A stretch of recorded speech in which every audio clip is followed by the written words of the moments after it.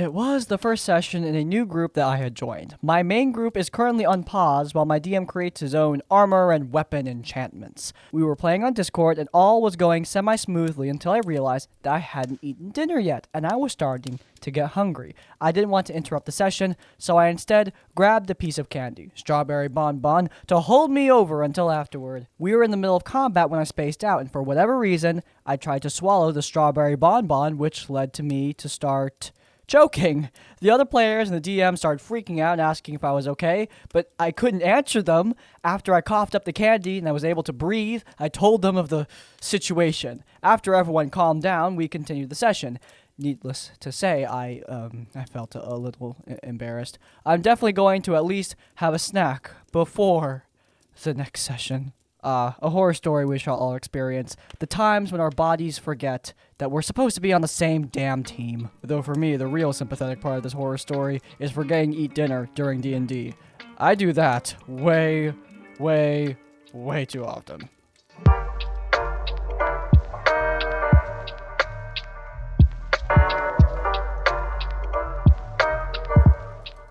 February of last year, I started a Horde of the Dragon Queen campaign. Since I am a new DM and I love dragons, I invited 4 players, including that guy, to join the fight against Tiamat and her evil lackey.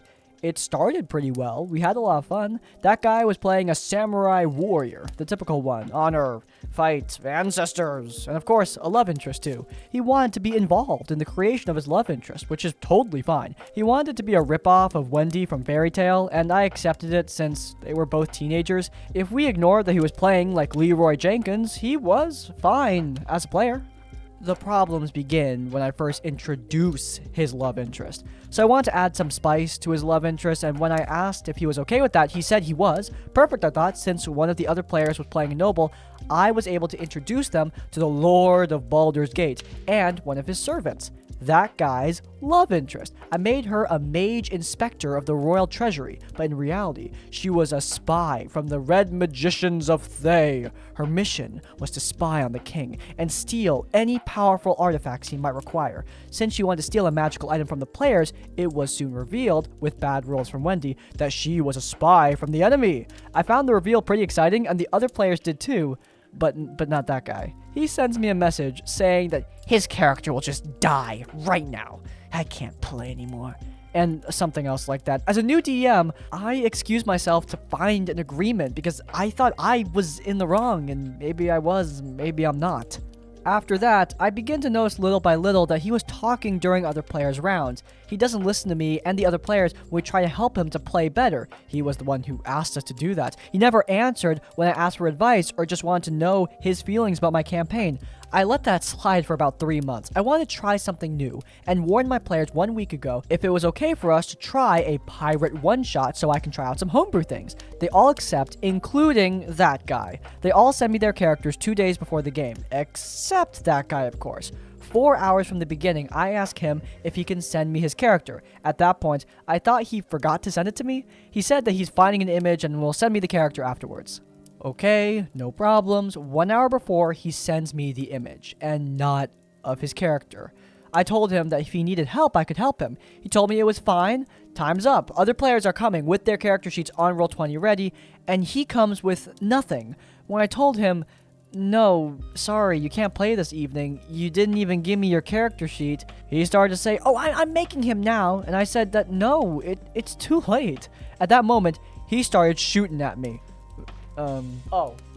Figuratively. He started calling me names and saying that he didn't have time to prepare his character sheet this week, which was false since I see him playing Pixelmon almost every day for hours. I stayed calm and decided to kick him. He didn't insult me after this, so I didn't block him. And that's it. I hope I write it well and hope that my English isn't too broken. You did great, friend. The real crime of this guy was playing Pixelmon instead of supporting the true Minecraft Pokemon mod, Cobblemon. Go check it out. Alright, with that out of the way, let's talk about the actual TTRPG thing. You need to make your character before the session. Just period, end of story. My general philosophy is this. Your DM is putting a lot of work into their campaign. I mean, ideally, your DM is putting a lot of work into the campaign. the least you could do is put some backbone into the character at the beginning. After that, as a player, you get to ride free most of the time while your DM has to prep 3 to 4 hours a week. I always appreciate it when my players put that little bit of effort into initial character creation. It validates all of the work that I know I'm gonna have to do going forward. And seeing somebody just blow it off and then demand to be in the game anyway, yeah, that kind of behavior is not okay. I, Female, joined a D&D group, all male, who were just starting a Cursor Strahd game at the time of this story. Me and this group had already played in a brief Minds of Phandelver campaign, though we barely saw the problem player because he was always calling out, which is probably why I didn't smell his stink at first. The main cast are as follows: myself as the Warlock, DM, Paladin, Sorcerer, and finally Rogue, who is the problem player. Leading up to the main incident that got him kicked, the problem player raised a few red flags that in hindsight were pretty telling. Flag number 1. Rogue was constantly going off on his own, either in dungeons or exploration, forcing DM to split his time between DMing for the main party and DMing for the single player. And when he was with the party, it was difficult getting him to roleplay or collaborate with the other players. This wasn't him being an oblivious new player either, since he was experienced and had prior play history with other members of the group. Our party characters were also overall friendly to each other, since we agreed to avoid major party tensions for the sake of the other new players we had in the group. Flag number 2 was when he found out that I was a working artist. He tried several times to convince me to do work for free. It started with those awkward DMs where he did the thing when he tries to make you feel so sorry for him and doesn't he deserve free art because he works so hard? No. He then show off his unfinished game prototype in the Discord voice chat to try to sell me on future profit sharing. For this thing he had never playtested, never released, and frankly it looked pretty bad. This game was basically just a collection of engine assets with way too many player avatars and no playable game mechanics. That was it. It was just a sandbox full of boring 3D models. It wasn't a game. I turned him down very firmly every time because he tried asking many times. The Paladin even backed me up in the voice chat when he overheard us, agreeing with me when I told Rogue that he was being extremely rude. There was no shouting or swearing, just a polite rebuttal along the lines of, "No, and I want you to stop asking because this is annoying and rude." FYI, I made it very clear in our group session 0 that for commissions, I only take pay in full up front. I figured my occupation would come up in conversation eventually, and I made an effort to prevent any presumptions before this exact situation became an issue. Rogue just thought that that didn't apply to him. Flag number 3, he compared me to his wife. Just, ew. It was not a, "Hey, I think you and my wife would get along, you should hang out." No, it was, "Haha, you remind me of my wife," in a dismissive, condescending tone. This was very much not okay, especially when he's doing it to the only female player in the group, and someone he doesn't even know that well, combined with the obvious disregard for my professional boundaries, and this just gave me mega bad vibes. Finally, the incident. We were gathered in the voice chat before the game started, and the topic of game development came up as Rogue is showing off his prototype, likely trying to lead into yet another request for free art. Sorcerer, one of our newer players, brings up that he is also wanting to get into the games industry, but finds it difficult due to his location. I have a background working in the games industry in multiple roles, so I talked to the Sorcerer and give him the best advice I can. I only ever offered this advice to Sorcerer because he asked, but I didn't bother with Rogue because I don't like him. Now, I admit that I can get pretty long-winded when I talk about game development. I really like the process, and since I've mainly worked in production/art director roles, there are certain steps like the writing and game design documents I put a lot of emphasis on. However, at this point, my rant is directed at Sorcerer and his questions. He asks a question about ideas for a portfolio project, for like getting into a studio, and I'm in the middle of explaining why it's important to have a condensed, solid GDD before starting one, when Rogue cuts in with this. "Well, I've been working on this game since I was in high school, and I don't need your advice, so you can go fuck." Yeah, he raised his voice on those last words in the most vitriolic, bratty tone I've ever heard a grown man utter. And I've worked in customer service. Now keep in mind, I wasn't even speaking to him. The call went immediately silent, and the DM cut the conversation short. No one besides DM and one other player spoke to him directly for the rest of the game that followed, and I put him on mute so I wouldn't have to hear anything he said. Not that it mattered, since he went off solo in-game again anyway. I also know that he didn't apologize for this inappropriate outburst in the voice chat per the other players. I told DM that I refused to engage with him, with DM's full acknowledgement. But at the time, nothing was done about it. I won't fault the DM much here because he's fairly new and conflict averse, but I will admit I had one foot out the door after this incident. A couple weeks pass, and we've played 2 games without Rogue due to the virus and IRL conflicts. All this time, I haven't had Rogue blocked, relevant later, only muted in voice, but I haven't responded much to anything he said in the Discord. I wasn't going to willingly engage with this guy after all the red flags and the outright hostility he's shown towards me, but the stunt he pulled was so outlandish, I figured he'd come around to, apologize for it, or at least simmer down. Then, one early morning, Rogue posted this in the general chat of our Discord. I'll insert a screenshot because you need to see it to believe it, and I'm just not making this up. From Red Redacted. So over a month later, I'm still waiting for someone to apologize for being a condescending know-it-all to me. The fact they have not volunteered an apology when they know they have been an ass just proves how immature they really are. Incredible. Someone with a mortgage wrote that. I shouldn't have to explain how unhinged this is. Remember, he hasn't been blocked this whole while, even after how nasty he was to me. So at any point, he could have reached out to work this out like adults and apologize to me for his behavior. Instead, he throws a baby tantrum in a public forum. I message the DM about it, and I make it clear, in no uncertain terms, that Rogue goes or I do. I don't like making these ultimatums, but in this case, it felt necessary to protect my own peace. This guy is going out of his way to start crap with me unprovoked. This is the kind of thing you see from particularly spoiled dudes, and I won't tolerate it in my social spaces. Thankfully, DM writes our response in the same public channel a few minutes later, calling Rogue out for his BS and explaining that he is no longer welcome. DM also gets ready to kick Rogue from the server after the player reads it in the chat. I found out from the DM that Rogue and his wife had pulled similar stunts in previous campaigns they played together, so DM's decision to kick him out came relatively easily. Honestly, I was ready to leave the server after nothing happened following the first freak out, but I'm glad I stuck it out, because I get along with everyone else. It turns out that the sorcerer also felt uncomfortable around Rogue, and would have spoken up to the DM as well.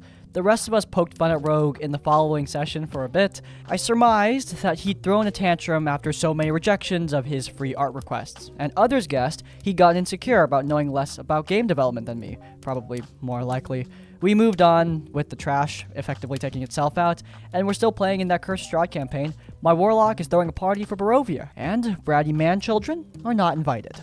It seems like the old quote from Tyrion Lannister still holds true to this day. There's nothing worse than a late blooming game developer. I mean, that's totally what he said, right? But anyway, the point is, we haven't seen something like this before, but what I do love about this story is that we see somebody stand up for themselves, see someone put their foot down, and see the group put their foot down as well. Sometimes it just takes one person. It just takes one person to stand up for the rest of the group, to stand up and say, hey, this behavior is not okay. It takes that for the rest of the group to realize, hey, we can do something about this. Rogue does not need to stay here. We don't need to tolerate Rogue being a thorn in our sides. We can get rid of him. It's interesting that the actual elements of the horror in this horror story aren't really related to DnD or TTRPGs. It's mostly game design and art, which, yeah, Rogue's behavior was not acceptable in either of those fields either. I get that he must be really proud of his passion project, but at the end of the day, just because you're passionate about something does not justify you being an asshole about that thing, right? Also, stop asking people for free art, okay? If they charge money, they charge money, and they're not gonna uncharge money just because you ask really, really nicely.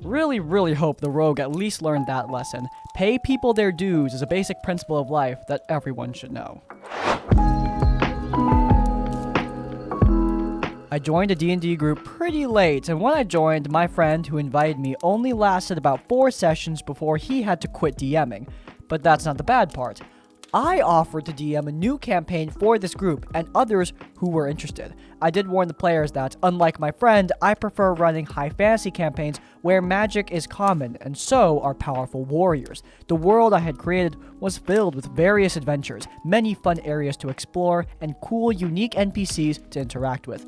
This is, however, different from my friend's campaign, usually taking place in plagued worlds where magic is rare, feared, or even considered cursed, where people die constantly and are depressed, where the party has to overcome this dreaded world to help make it, a little bit better. My friend and several other members of the party all joined my campaign and are all warned that this campaign is high fantasy with magic everywhere. I also told them that you guys are starting on this adventure and are not the strongest, even in trades of combat and magic. The whole party had agreed to this. The first session comes along, and the party have all gotten onto a train. I told the party that there were clockwork peacekeepers on the train to keep people safe in case of a monster attack or any issues. The party decides to attempt to kill a peacekeeper and proceeds to fail. The members of the party are outnumbered by the staff and the people on the train. They had even been warned beforehand that violence is not recommended on the ride and that they're gonna be at the station soon too. After the session, I get several complaints asking why they couldn't just kill all the train's peacekeepers and complaining about how we as the players should be the strongest force. Others shouldn't be able to do higher powers of magic or be able to beat us if we all go at it. Three of the people that kept complaining even said that I was being a bad dungeon master. They left the campaign and yeah, I ended up calling it off after having half the party leave. I talked to two of the party members that were planning on staying, and they gave me genuine advice. You have a different DMing style, and the NPCs need to stay back a little sometimes. TLDR, I became a DM for a campaign for a group of people I didn't know much about. My style was very different from the previous DM they had, and even when I asked them if they were okay with the idea of their characters not being super powerful, as they were level 3, and being aware that there were other super powerful people in this world, they still proceeded to complain that they weren't able to Murderhobo their way through the first session. They called me a bad DM and quit, leaving me with only half the party remaining, and no one will even try to attempt a second session. Probably for the best. I would appreciate if players who want to murder hobo just straight up tell you that. Like, hey, I want to murder hobo, because you need to be upfront about that sort of playstyle difference. A lot of DMs are just not down for that. So players who try to hide it until the very beginning of the campaign, when everything falls apart, it just never works out. I completely feel this DM, as I am also a DM who runs campaigns that are very difficult for my players. You need to fight tooth and nail. You feel the tension, but that's not for everyone, and I try to communicate what kind of game I run before the session. However, it's important to remember there are two sides to that equation. The DM did do that. The DM tried to tell the players, here's what the game is like, and the players just didn't listen, or worse, thought they could change the DM to play with their style instead, which, yeah, not gonna work out for you. Really, it's not gonna work out for anyone. I have been playing some version of D&D for over 10 years now. 5th edition for the last 7. I started out playing an extremely simplified version of what I think was 4th edition? 4th edition! We made it our own, to say the least. I have stories about that era of my gaming days as well, but this story comes from the more recent past. Our cast of characters involves the following. Names changed, of course. Lloyd, our forever DM and host of our D&D sessions. Sarah, the pick-me girl and the problem player. Roy, my best friend at the table. Myself as myself. There were other players, 5 to 6 people per night, but only 4 played a significant role. Eventually, Sarah expressed interest in playing in our pseudo D&D game, and I obliged. This is when I was running the game, and due to the extremely simplified rules we were using at the time, the more the merrier for players, right? Not too much noteworthy happened until that game ended, and we met Lloyd. Lloyd enticed us into playing 5e, and Sarah was invited along. It was Lloyd, myself, Sarah, Roy, and another player at the table, and we had a lot of fun. Lloyd was a great DM, and Roy and I had joint backstories that were fun to play off of one another. He was playing a tiefling fighter who grew up on the wrong side of the law, and I was playing an ASMR paladin who took him under his wing. My paladin would teach him how to be a hero and less of an urchin, and his fighter would teach me how to be less stuffy and more loose. It was a cool dynamic. Sarah was playing a sorcerer. However, as it is a theme with Sarah, she put very little thought into who her character was. One session, Sarah was all about justice and doing what was right. Another session, she was a seductress who wanted to manipulate every NPC she could find. And still another, she became chaotic stupid and wanted to pickpocket and lie to everything that moved. When we pointed out the inconsistencies, she said she was finding her character, which, yeah, that was fine. But we were 10 6-hour sessions in, and she still had no idea who her character was? The problem really took off when our favorite NPC at the time was guiding us through the jungle, and Sarah Sorcerer flirted with him constantly, sharing a tent with him and canoodling? The hell does canoodling mean? She was trying to protect him in combat, etc. She played this up a ton, and the other players at the table were a little distracted by this, to say the least. This was an epic, heroic game, and it just felt out of place. She had never done anything like this before, so it was a little weird. Anyway, we reached our destination and met what was obviously set up to be a recurring villain at the casino. She decided that her character would flirt with this NPC too to try to get information for our quest, and did so in front of our NPC friend. That night, the villain NPC murdered our NPC friend in cold blood as a statement of power, and Sarah Sorcerer was completely fine with it? Us, as a group of heroes trying to save innocent lives, all but witnessed this murder, and our sorcerer just said, he was annoying. The rest of the party did not agree, and we wanted to go after Mr. Murderer right away. We did our best, but Sarah Sorcerer protected him during the fight, saying that she saw the good in him. This continued to be a theme whenever we encountered this recurring villain. He would show up, murder someone, try to murder us, and Sorcerer would protect him as if he was her best friend or something. She would defend him when we planned on how to stop him. She would protect him during combat. It was so annoying.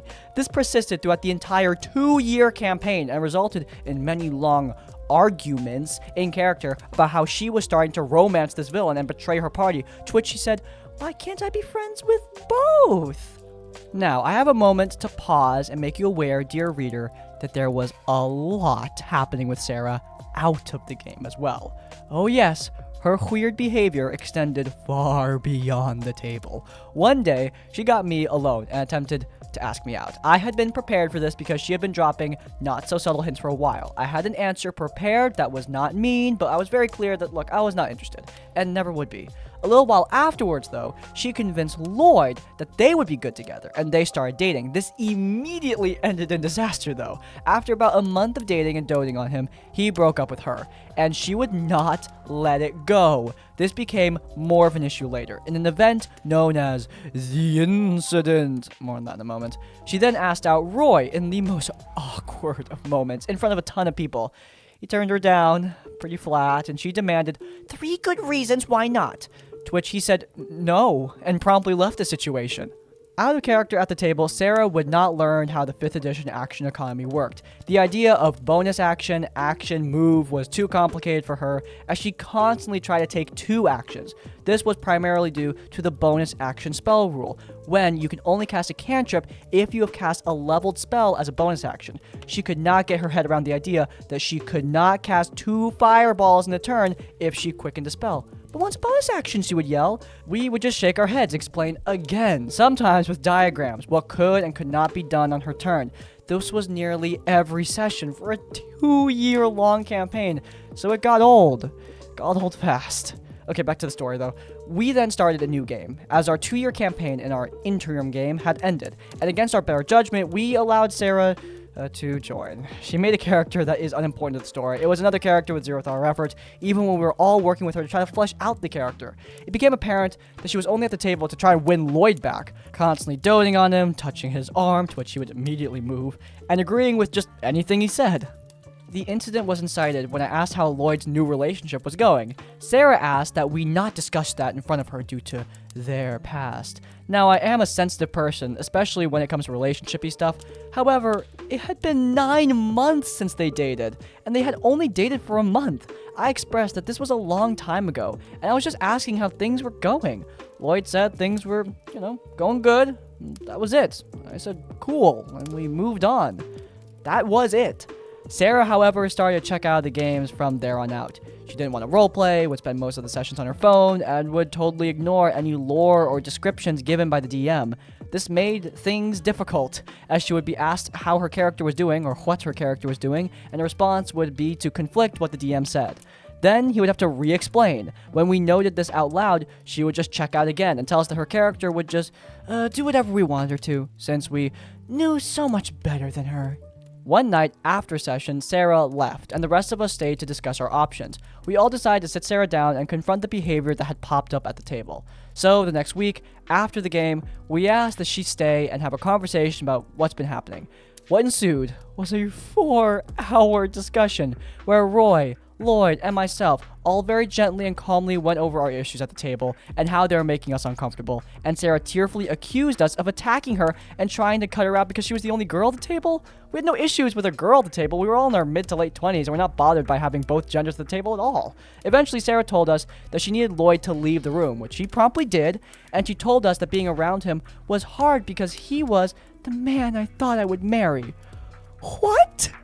We then gently brought up that the relationship ended 10 months ago now. It only lasted for a month. And she had since asked out both Roy and another person outside of our group. All of these things were shot down and said to be irrelevant, and she just said that's how she felt. When 4 hours had gone by, we finally gave her a choice. Either we take a break from D&D for a while so she can come to grips with the issues she had brought up, and that she tried to adjust them in a healthy way so that she wouldn't make things awkward at the table, or she needed to excuse herself from the game to deal with the problems she was having. I know this may sound harsh, but we were painfully aware that she was torturing herself being around Lloyd, and they needed to not hang out together for 6 hours a week when she couldn't get over him for 10 months. She ended up excusing herself from the table for good, claiming that it had nothing to do with our little intervention, everything to do with her own heart. She didn't want to bring us down. She claimed that being away from Lloyd wouldn't help at all, but that she would honor our wishes. Very self-pitying and very self-deprecating. Well, lo and behold, after about a month of being away from the table, we got word that she was doing much better and was dating someone, so obviously something helped. Anyway, Roy, Lloyd, and I are still playing, and we have a new player at the table who is also female, and no issues! You know, I think it has something to do with her not asking 3 of the 4 of us out, but I don't know. TLDR. A pick-me girl asks out almost our entire RPG group and convinces one to date her. They break up and she pines for 10 months, doing her best to ruin our games all the while. She's finally confronted and throws a fit, but we turn out to be right and all is well. The end. Whew. Someone trying to date through everyone in a friend group systematically seems absolutely crazy, but the funny thing is, I was just watching an old Jenny D video where she told a gender-flipped version of a similar situation. There was this guy who just one by one dated through every single girl in our friend group, and I'm pretty sure I was the last one. Point is, some people do some really, really stupid things for love. Obviously, my perspective is colored. I think most things people do for love are really stupid. But the point is that somebody doing this is not acceptable. 2 years is a long-ass time to be dealing with somebody who is making you uncomfortable. And although I am very happy that this group managed to get together and discuss their issues, I still think the lesson to be learned here is that sometimes it's best to get things done quickly. Stamp out issues before they get a chance to fester. However, here, it doesn't look like this festered at all. The ending confrontation wasn't explosive by any means. This group seems to have handled things with maturity and framed their intervention not just helping themselves, but also helping Sarah, who clearly was going through some issues relationship-wise. I think it's very admirable to keep that level of maturity, especially when someone like Sarah is acting blatantly, extremely immature. Alright, that's going to be it for today's episode of RPG Horror Stories. If you guys enjoyed, then please do leave a like. If you want to see more of our content, then you can check out our Tavern Adjacent podcast, where we talk about all things TTRPGs, while sometimes bringing on some guests. We've got some cool people coming on the next couple weeks, so yeah, that's linked in the cards. And while you're there, subscribe to Crispy's Tavern and get more of our content as it comes out. And finally, if you want to leave your own stories or thoughts, go down into the comments down below. If you can't think of a comment, leave the comment. Don't pick her to let me know you made it to the end of the video. Oh, and by the way, a lot of these stories are from my inbox, so if you want to send me your horror stories, that email's linked in the description so you can get a chance to be in one of these videos. But in any case, unless like, comment, subscribe, I'll see you all next time. Farewell.